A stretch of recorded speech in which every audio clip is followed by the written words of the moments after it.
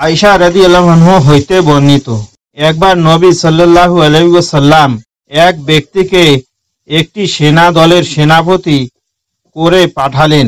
সে তার সঙ্গীদের সালাত আদায় করাতো এবং কুলহু আল্লাহু আহাদ দিয়ে সালাত শেষ করত। অথচ প্রতি রাকাতেই সূরা তিলাওয়াতের পর কুলহু আল্লাহু আহাদ দিয়েই রাকাত শেষ করত।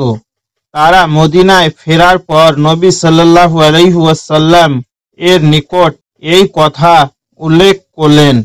তিনি সাল্লাল্লাহু আলাইহি ওয়াসাল্লাম বললেন, তাকে জিজ্ঞাসা করো কি কারণে সে তা করে। তিনি উত্তর দিলেন, এই সূরাটিতে আল্লাহ তাআলার গুণাবলী রয়েছে, এই জন্য সূরাটি তিলাওয়াত করতে আমি ভালোবাসি। তার উত্তর শুনে নবী সাল্লাল্লাহু আলাইহি ওয়াসাল্লাম বললেন, তাকে জানিয়ে দাও আল্লাহ তাআলা তাকে ভালোবাসেন।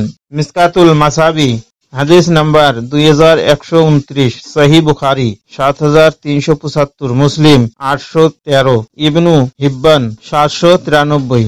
ইবনু আব্বাস রাদিয়াল্লাহু আনহু হইতে বর্ণিত, তিনি বলেন, রাসূলুল্লাহ সাল্লাল্লাহু আলাইহি ওয়াসাল্লাম বলেছেন, তিন প্রকার জিনিসে সকল মুসলিম অংশীদার, আর তা হলো পানি, ঘাস ও আগুন। গ্রন্থ মিসকাতুল মাসাবি হাদিস নাম্বার 3001, সহিহ আবু দাউদ 3477। সবুর সহজ নয়। সবুর হলো একাকিত্ব, সবুর হলো চোখের পানি ঢেকে রাখা, হাসি।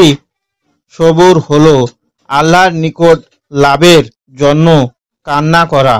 সবুর হলো হাজারো হাজারো অশান্তিতে থেকেও আলহামদুলিল্লাহ বলা। আর আল্লাহ ধৈর্যশীলদের ভালোবাসেন। আমার চোখের পানি গুলোর একমাত্র সাক্ষী আল্লাহ। সূরা বাকরা আয়াত 153।